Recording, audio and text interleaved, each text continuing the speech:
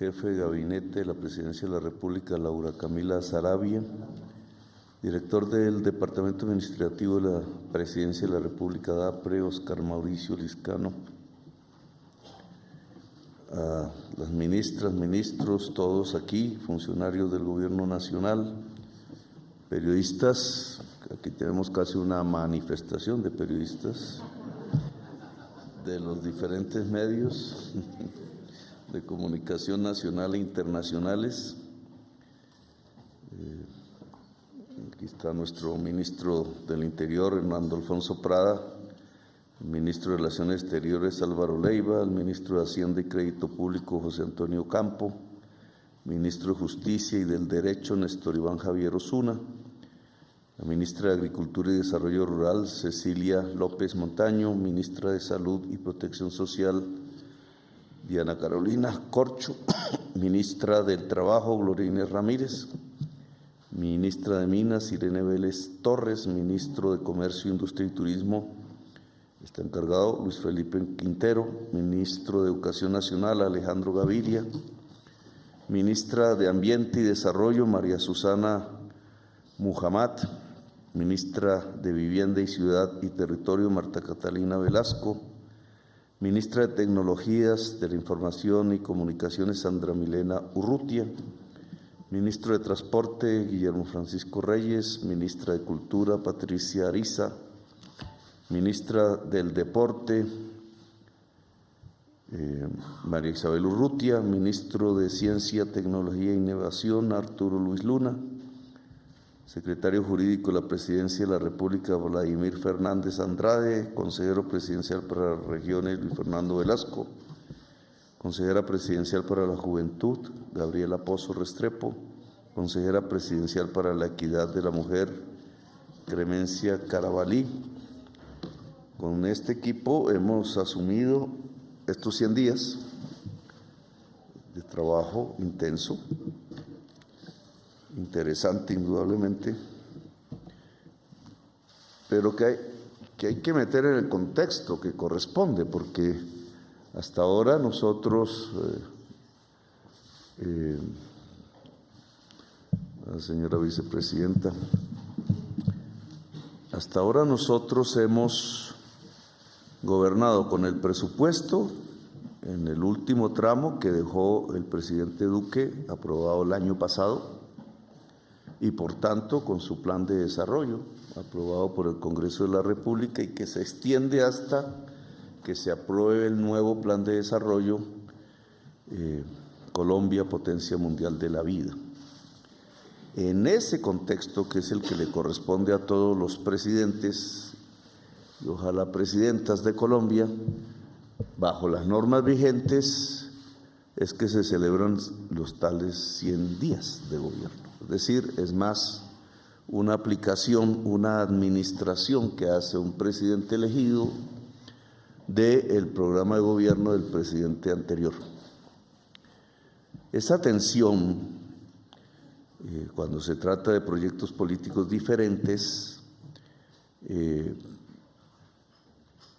implica moverse dentro de ciertas arenas para tratar de ir construyendo los pilares de lo que será el gobierno.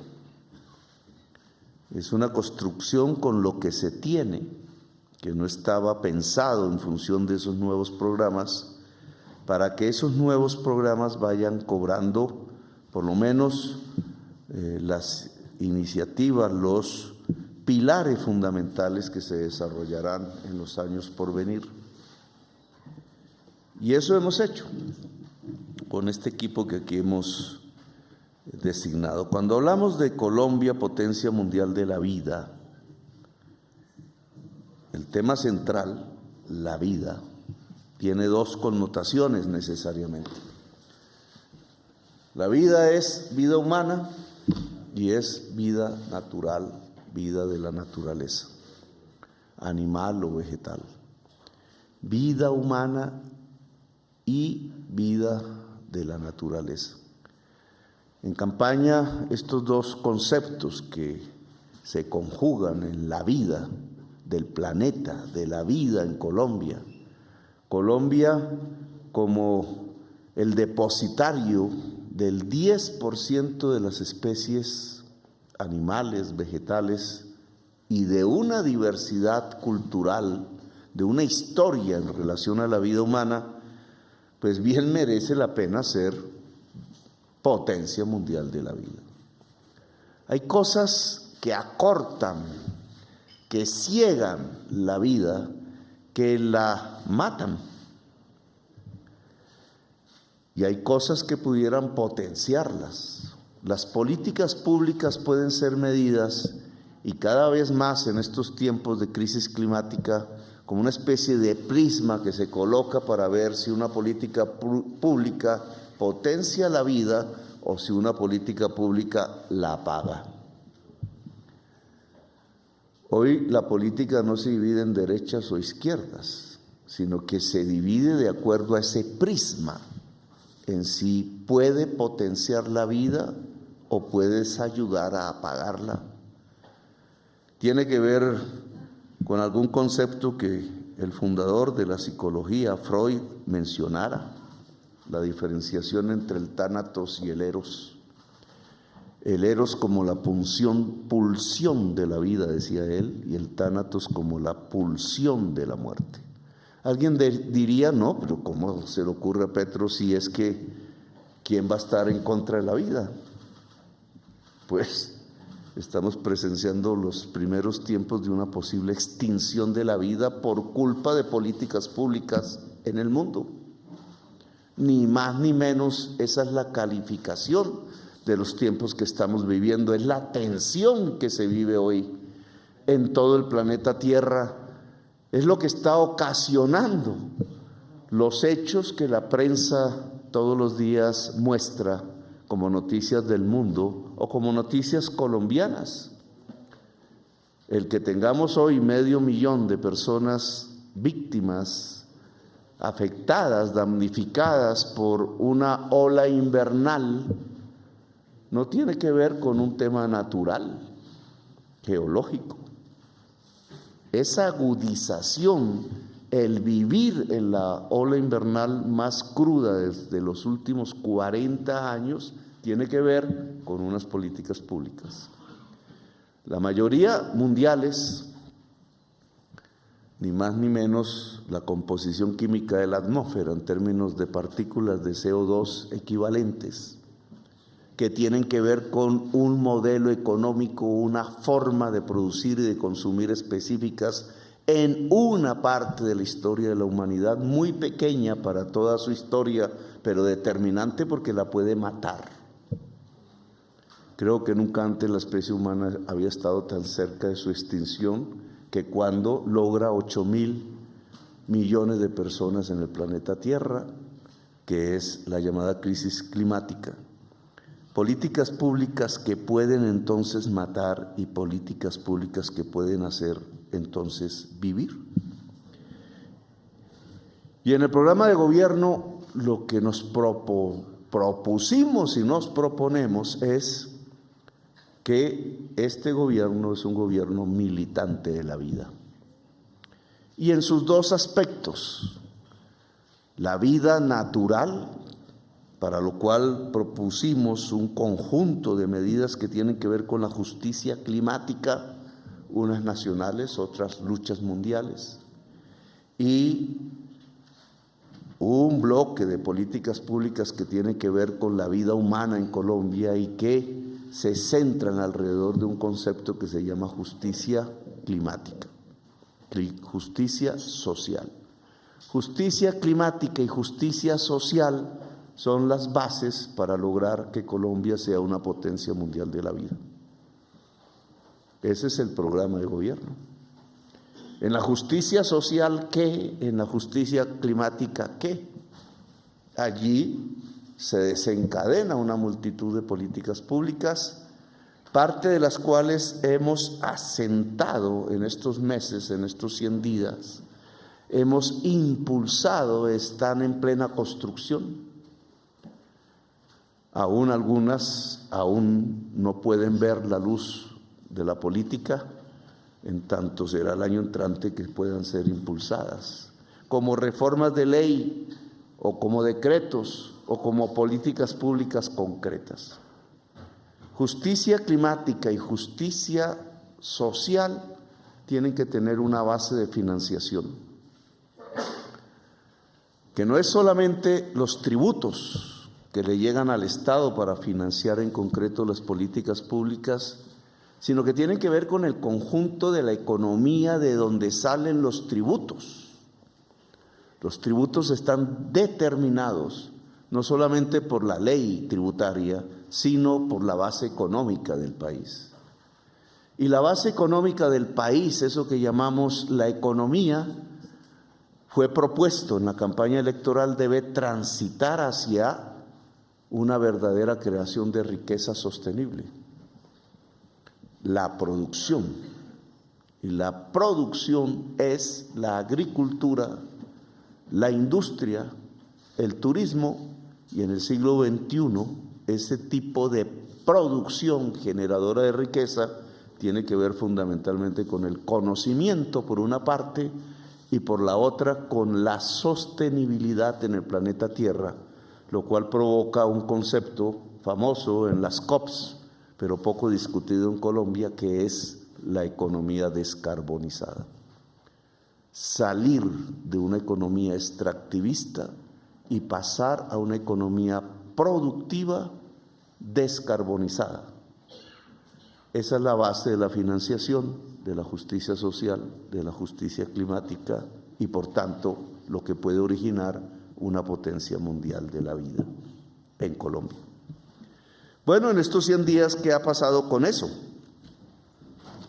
En estos 100 días hay una serie de hitos que se han podido producir en el conjunto del trabajo de este equipo aquí presente.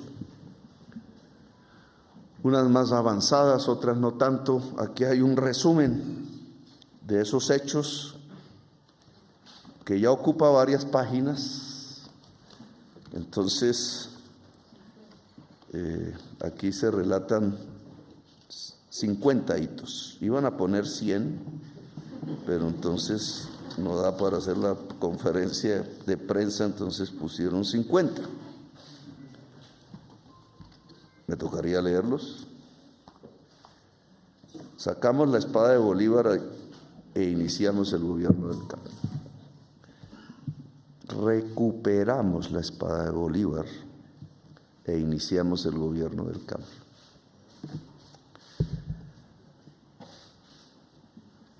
Hicimos ya un programa, una política pública que comienza el año entrante, que tiene que ver con la protección de la Amazonía y que nos ha colocado como una vanguardia en la discusión de la crisis climática en el mundo.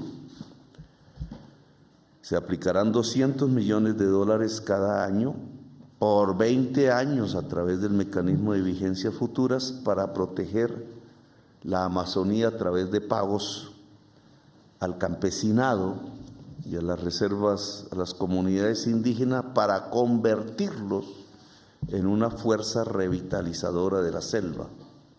Los indígenas ya lo son. 3, se han realizado más de 34 diálogos regionales vinculantes en toda Colombia. Son 50, porque dividimos en 50 territorios el país. Y eso ha logrado que participen más de 200.000 personas, 200.000 personas colaborando, aportando, discutiendo su visión del territorio en el que vive para trasladar al gobierno nacional posturas comunes que harán parte del Plan Nacional de Desarrollo. Creo que nunca se había aprobado un Plan Nacional de Desarrollo desde que existe la norma con tal participación ciudadana. Se trata de aplicar en una ley que es fundamental, es una de las leyes del poder, no es una ley de trámite. Del Plan Nacional de Desarrollo se derivan prácticamente todas las políticas públicas que se harán en los próximos 4 años y los presupuestos que se presentarán al Congreso en los próximos 4 años. Y allí, en esa fuente de esa ley de poder, la base es la participación de quizás, cuando acabemos los 50 diálogos regionales, de 300,000 colombianos y colombianas, que a través del discernimiento de su visión territorial se convertirán esos discernimientos, esas visiones en ley fundamental, como ya se ha determinado. 4, se inició la reforma agraria, no solamente identificando, proceso que ya venía de antes, cuál es el mapa de las tierras fértiles de Colombia, de 15 a 20 millones de hectáreas. La mitad de nuestras tierras son selvas. 44 millones de hectáreas tienen nuestras selvas, la mayor, la selva amazónica. Ahí no se puede sembrar en general, ahí no se puede ver el territorio como un instrumento productivo, ahí no se debe explorar minerales, ahí es el reino de la vida humana y natural, porque sin esas selvas llegaríamos al punto de no retorno en el camino de la extinción de la humanidad. He ahí la importancia. Por tanto, en el resto del país hay unas tierras que pueden servir para ganaderías, hay unas tierras que pueden servir para conservar el agua que fluye. Uno de los primeros potenciales del mundo en términos de agua, hay unas tierras que pueden servir, gracias al agua, para sembrar. Esas son las tierras fértiles. Y van entre 15 y 20 millones de hectáreas, solo que nuestra agricultura no está ahí prácticamente, la agricultura de alimentos. Solo que nuestra agricultura de alimentos ocupa 2.5 millones de hectáreas. Y entonces, ¿qué pasa con el resto? Que no están en las tierras fértiles, sino que están en las montañas, los campesinos, a veces en los bordes de la selva, a veces en los bordes de las aguas, en territorios inundables. Pues que estas 15 o 20 millones de hectáreas fértiles han sido acaparadas en la historia de Colombia y tienen solo unas ganaderías extensivas, porque aquí el móvil no ha sido el que la tierra fértil es un instrumento para la producción y tiene una función social que es alimentar al pueblo y a la humanidad, sino que simplemente son un sinónimo de poder. Con los poseedores, detentores y propietarios de estas tierras hemos llegado a un acuerdo, que es el punto 5. En general, bajo el gremio de Fedegan, se ha logrado un acuerdo para comprar 3 millones de hectáreas, las más fértiles de esas tierras usadas en ganadería extensiva, y entregarlas al campesinado.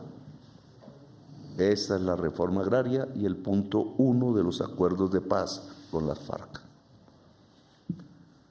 6. Se radicó en el Congreso el proyecto que crea el Ministerio de la Igualdad y está en proceso de discusión. Igualdad que tiene que ver con los territorios, muchos excluidos desde hace 2 siglos, que tiene que ver con la mujer, que tiene que ver con los grupos étnicos, muchos ancestrales en Colombia, que tiene que ver con los grupos con diferenciaciones en sus opciones sexuales, que tiene que ver con las juventudes excluidas de Colombia, etc. 7. Este gobierno tuvo nombramientos inclusivos. En la Casa de Nariño ahora la recorren indígenas, afros, jóvenes. El Congreso de la República, por otras circunstancias, ya está recorrido, yo le digo, por mochileros y mochileras, por gente que nunca entraba al Congreso y que hoy se sientan en las mesas que tienen que ver con las asesorías para hacer proyectos de ley y que tienen que ver con los congresistas para hacer las leyes. Ahí se llenó de campesinos, se llenó de indígenas, se llenó de gente de territorios excluidos, se llenó de piel negra y oscura, se llenó de mujeres. El gran aporte histórico del pacto histórico es haber llevado a la mujer en una proporción muy sustancialmente superior a lo que había antes a ser las leyes de Colombia. Y aquí también sucede ese mismo fenómeno al interior de los ministerios, de los departamentos administrativos del gobierno. 8, se inició el programa de mejoramiento de vivienda que tiene como objetivo inicial 18,000 mejoramientos, pero que queremos sean 100,000 por año y que nos lleva a una política de vivienda diferente, que no es la del gran constructor que hace vivienda en escala y en grandes cantidades, sino que en grandes cantidades es el mejoramiento de la vivienda existente en los barrios populares, en donde entonces su actor principal es el albañil y la familia pobre que quiere vivir mejor. 9, se inicia el programa preventivo de salud, el nuevo modelo de salud que será llevado para que se vuelva eficaz en la reforma de la Ley 100 en los primeros meses del año entrante, pero que ya comenzó a partir de 1,000, que se volverán 20,000 equipos de salud integrados por médicos y médicas, psicólogos y psicólogas y enfermeros y enfermeras, reeditando la vieja figura del promotor de salud en microterritorios del tamaño de un barrio, pero que en Colombia un barrio bogotano se vuelve una enorme extensión de tierra, para lo cual hay que usar lanchas, avionetas, helicópteros, camiones de doble troque, etcétera, para ir a buscar la enfermedad, para intentar impedirla o para curarlo en el momento en que se puede curar y no se vuelve mortal, como sucede con el cáncer del seno, por ejemplo, o con los embarazos en la mujer, que nos han puesto en el último lugar de tasa de mortalidad materna en la OCDE. Último lugar. Reducción de homicidios en todo el país, punto 10. En este momento tenemos una reducción del 4%, muy insuficiente todavía. Y aquí se mide la política de la paz total. 11, se sancionó la ley de la paz total, una de las principales leyes con la cual tendremos los instrumentos jurídicos para abrir procesos de negociación, unos de tipo político, ya empezó el del ELN, otros de tipo jurídico, como acogimiento a la justicia en el caso de bandas y organizaciones sin origen político en Colombia. 12, se aprobó la reforma tributaria, segunda ley fundamental, que busca extraer de la economía que tiene que transitar hacia la producción y la descarbonización, busca extraer de esa economía unos recursos que financien la justicia climática y la justicia social. Sin esta reforma tributaria no tendríamos esos recursos. El equipo económico del gobierno logró su aprobación en el Congreso de la República, aún falta la fase de conciliación. Aquí aumenta automáticamente la capacidad del país para pagar sus compromisos internacionales de deuda. Si se junta con tener que elevar el precio de la gasolina, porque el gobierno anterior no cumplió con la deuda con Ecopetrol, pagando el diferencial entre el precio interno de la gasolina y el precio por el cual Ecopetrol importa la gasolina o compra el petróleo a precios internacionales dentro del país. Estos dos mecanismos elevan sustancialmente la capacidad de pago de los compromisos internacionales de Colombia. 13, compromisos internacionales que se agravaron porque el país vivió un sobreendeudamiento en los años que acaban de pasar. 13, recibimos de Estados Unidos 12 helicópteros que no dedicamos a la guerra, sino a cuidar la selva amazónica. 14, hemos propuesto en la COP, en la ONU, es la política internacional de Colombia en materia económica, el cambio de deuda por acción climática en todo el mundo. No encuentro un mecanismo para financiar la adaptación, el pago de daños, como ya tenemos en Colombia, por una crisis climática que se agudiza, por mantener el estándar de vida del ciudadano promedio en Estados Unidos, Europa y China, sobre la base de fuertes emisiones de gases invernadero como el CO2 equivalente. El estándar de vida de esos países es alto a partir de un altísimo consumo, por encima, lejos del promedio mundial, de carbón y petróleo per cápita. Los daños ocurren aquí, ocurren en Pakistán, ocurren en todo el planeta, y son millones y serán decenas de millones y serán centenares de millones de personas las víctimas si no logramos adaptar el territorio a la crisis climática. Y para financiar eso ya no alcanzan los recursos internos de los países. Se necesita una reforma del sistema financiero mundial en la banca multilateral, que tiene un eje: cambiar porciones del endeudamiento de los países en desarrollo, bajarla para liberar presupuestos para financiar la acción climática que se necesita para reparar los daños y para preparar los países a peores eventos de crisis climática si no somos capaces en el mediano plazo de dejar los combustibles fósiles en el mundo. Colombia se ha vuelto vanguardia de esta propuesta.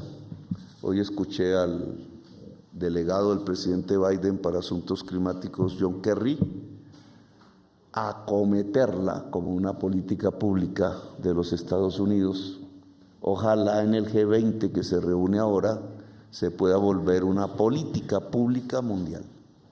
Él habla de centenares de miles de millones de dólares de reducción de la deuda mundial. Pues esa es la cuantía. Solo en América Latina, para adaptarnos en las primeras de cambio a la crisis climática, necesitamos casi 200.000 millones de dólares en todo el continente. Tal el tamaño de la crisis y tal la necesidad de soluciones de urgencia que llevan a una transformación estructural del sistema económico mundial.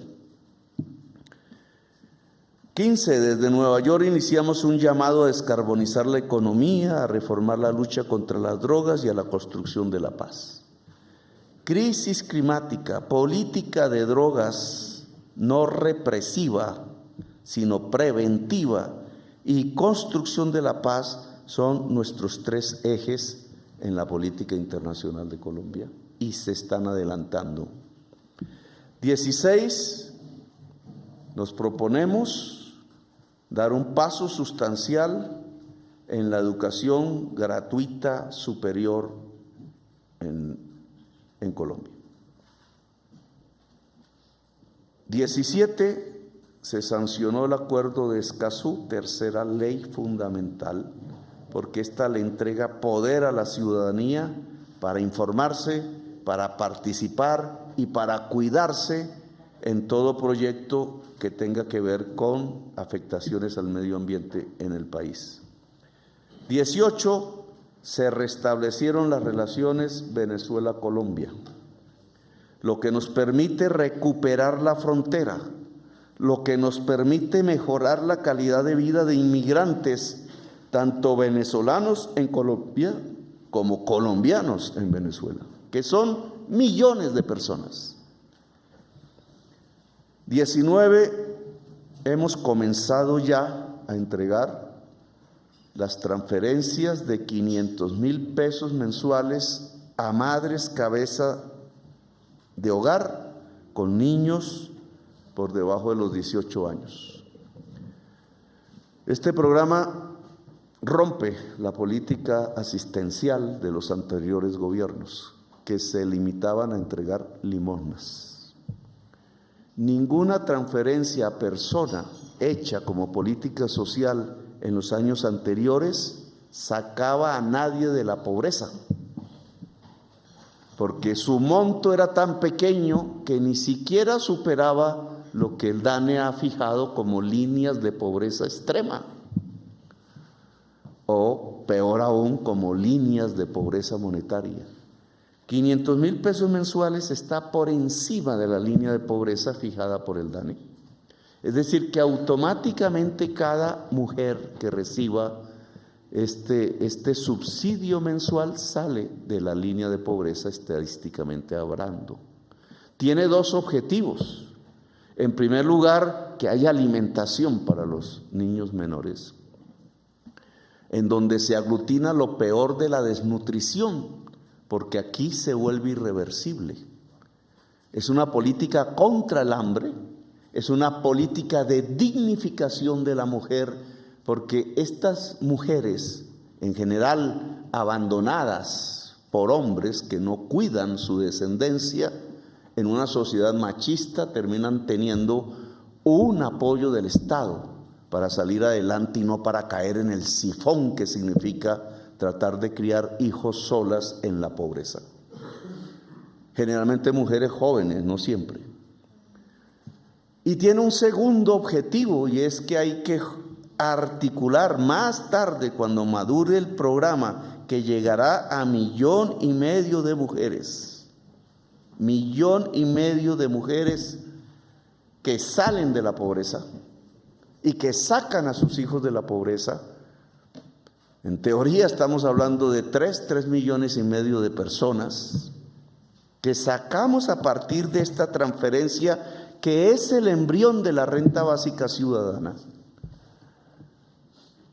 Hay que articularla una vez madure el programa al estudio como un requisito para la transferencia. No será ahora, porque necesitamos disminuir el hambre, pero en el proceso de maduración de la política pública hay que ligar la transferencia a que la madre pueda tener, por educación, sea física, sea virtual, educación. Porque al final es habilitar a la persona para sostenerse en la vida por fuera de la pobreza. 20, fortalecimiento de la interdicción marítima, que es el cambio de nuestra política antidrogas, que de echar veneno sobre la familia campesina o de encarcelar al joven consumidor popular, pasa a afectar a los empresarios de la mafia que se paseaban por estos salones mientras le echaban veneno a los campesinos. Ese fortalecimiento de la interdicción marítima, en estos 100 días ya ha incautado 20 toneladas de cocaína.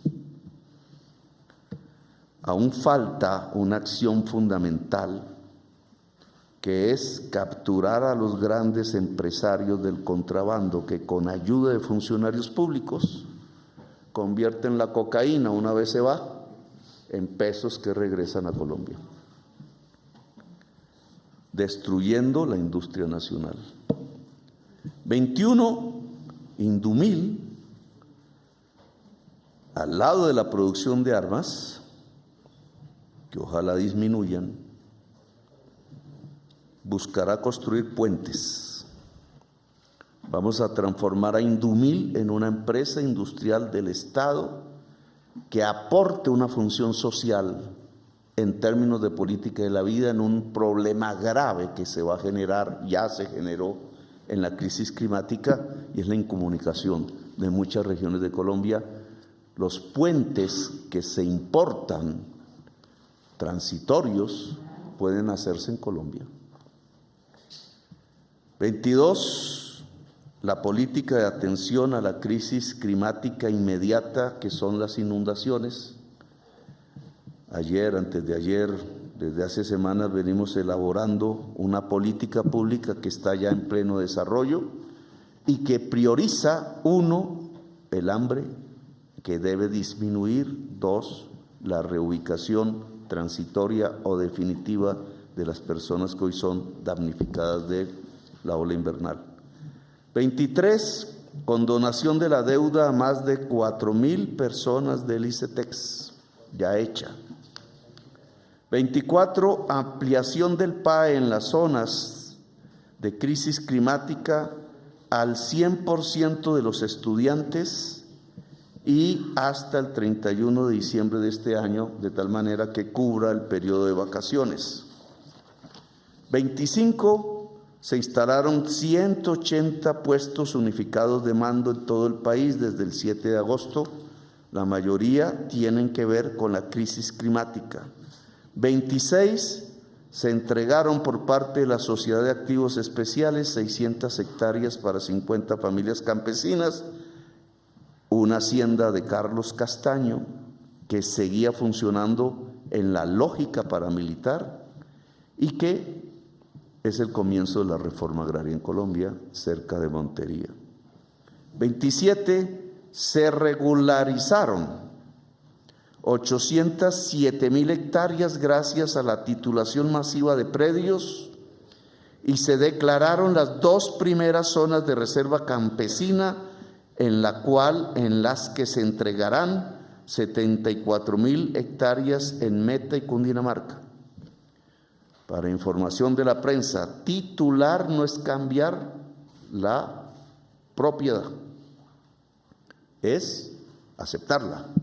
No cambia la tenencia de la tierra, simplemente la formaliza en manos de campesinos que ya están ahí o de comunidades indígenas o afros.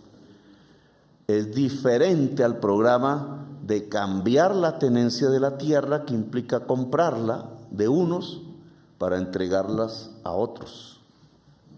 Aquí ya van 807,000 hectáreas tituladas. 28, logramos en el cambio del presupuesto que presentó el presidente Duque para el año entrante que se agregara 1.3 billones adicionales al presupuesto general para la educación en el año 2023. Esto aumentará más porque a partir de la aprobación de la reforma tributaria se presentará al Congreso en el mes de febrero una adición presupuestal al presupuesto del 2023. Hemos logrado un cambio en este año, que es cuando se aprueba, pero los nuevos recursos implicarán una adición presupuestal para financiar el programa Potencia Mundial de la Vida el año entrante. 29, lanzamos el programa de agua en La Guajira, que consiste en recuperar toda la infraestructura de agua potable existente. Ya se han identificado más de 500 infraestructuras hasta el momento, que se van a poner en funcionamiento de nuevo, porque la mayoría estaban en desuso. 30, se eliminó la visa para los colombianos que ingresen al Reino Unido. 31, se reanudaron los diálogos con el ELN. 32, Finagro otorgó más de 120,000 créditos a pequeños productores por un valor de 744,000 millones de pesos. Esto tiene que ser adicionado a lograr un subsidio a fertilizantes como insumo fundamental de la producción de alimentos en Colombia. 33, a través de Finagro otorgamos 31,586 créditos nuevos a mujeres por valor de 354,000 millones. Ojalá sea la mayoría de la cartera. 34, presentamos ante el Congreso el proyecto de prohibición de fracking. 35, se redujo aún insuficientemente las tarifas de energía en todo el país, según las últimas estadísticas del DANE, y gracias al pacto que logró la ministra de Minas. Pero hay un porcentaje de la tarifa de energía eléctrica en Colombia demasiado alta, basada en la especulación. No se entiende cómo, teniendo todos los embalses llenos y repletos, estemos pagando 400 pesos kilovatio hora, como si no tuviéramos agua generando energía. El diferencial, cuando deberíamos tener la energía más barata hoy que en muchos años de la historia de Colombia, es especulación. Y yo creo que hay que actuar, porque a diferencia de la carne de res, donde también hay especulación, la electricidad es un insumo general de la producción y por tanto provoca un efecto inflacionario en prácticamente todos los productos de la canasta familiar.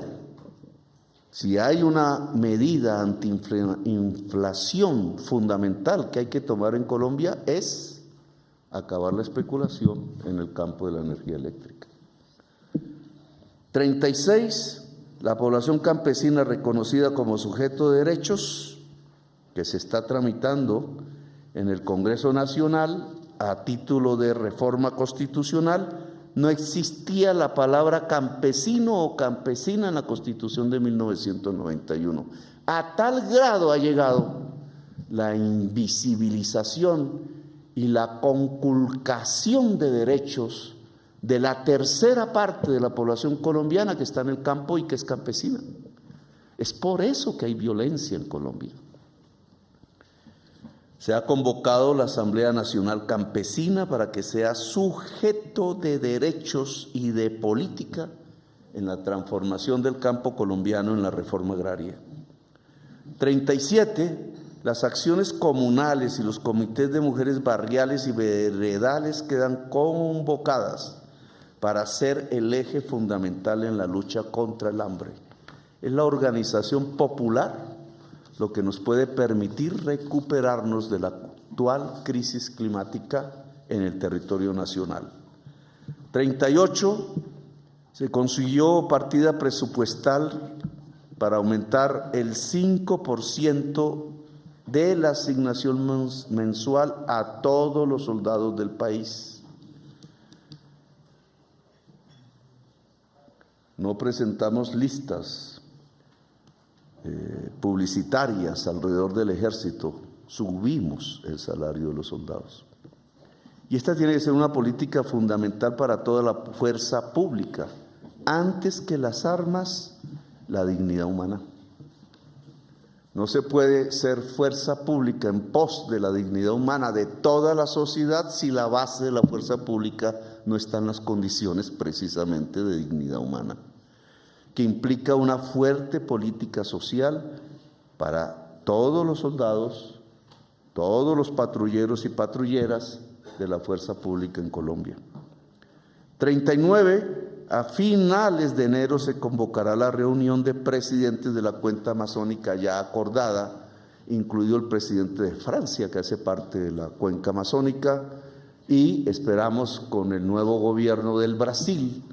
Ya han aceptado el presidente de Surinam, presidente de Venezuela, el presidente del Perú, y vamos a completar la totalidad de presidentes para poderle presentar al mundo la propuesta de revitalización de toda la selva amazónica como el segundo punto más importante de la agenda climática del planeta. 40, articular entre el Ministerio del Interior y Mindefensa el diseño e implementación de un plan de emergencia para la protección de vida de los líderes sociales que aún siguen siendo asesinados a lo largo y ancho del territorio colombiano. 41, presentamos al Congreso el proyecto de jurisdicción agraria que avanza y que sería la instancia judicial que nos permitiría el restablecimiento de derechos para campesinas y campesinos de Colombia, incluido su derecho a tener tierra en el país. 42. Eliminamos gran parte de las consejerías de la Presidencia de la República. 43. La seguridad humana se medirá en vidas y no en muertes. 44. Más de 10 grupos al margen de la ley están en cese unilateral del fuego en este momento. Esperamos que sean todos. Eso es lo que llamamos paz total, que implica reformas fundamentales en la estructura de desigualdad en los territorios y en la sociedad colombiana. 45. Se aumentó el 100% el presupuesto de agricultura, reformando el presupuesto que había presentado el presidente Duque, y pasamos de 2 a 4 billones, aún hay que aumentarlo más, porque hay que financiar el catastro multipropósito, porque hay que colocar una cuantía para compras de tierras suficientes el año entrante que nos permita avanzar en las 3 millones de hectáreas como objetivo al final del gobierno. 46. Transformamos el plan de compras del Estado para contratar directamente con la Junta de Acción Comunal. La normatividad de compras del Estado privilegiaba a los grupos económicos más poderosos y a un cartel de la contratación. Lo hemos democratizado. Lo mismo buscaremos en INVIMA. Lo hemos democratizado para que cualquier organización popular pueda contratar con el Estado y formar lo que llamamos las alianzas público-populares. En el caso de la inflación y del INVIMA, Colombia no puede quedar en manos de un monopolio de frigoríficos de carne de res. Se ha llegado a ese punto porque el INVIMA acabó con la figura del matadero municipal. Hay que dar vuelta atrás. Hoy se ha elevado el precio interno de la carne, no porque cueste más, sino porque la han equiparado al precio internacional de la carne que le pagan al exportador de ganado en pie. Y el producto de eso es hambre en Colombia. Es una especulación y se produce porque hay un monopolio, más exactamente un oligopolio, en la transformación del ganado en carne para la venta al público, y esto se elimina si se democratiza. Y el INVIMA entonces tiene que jugar el papel de democratizador de la economía y no de concentrador de la economía colombiana. 47. Se abrió la Casa de Nariño para todos. 48. Los patrulleros, policías y soldados de nuestro país podrán estudiar. Este es un programa bandera. 49. Mesas de trabajo para determinar la tarifa y reducción del SOAT para motociclistas. Y 50. Puntos suspensivos, el cambio continúa. Entonces, aquí presento un balance de todos estos 50 puntos de los 100 días del gobierno. Gracias por haberme escuchado.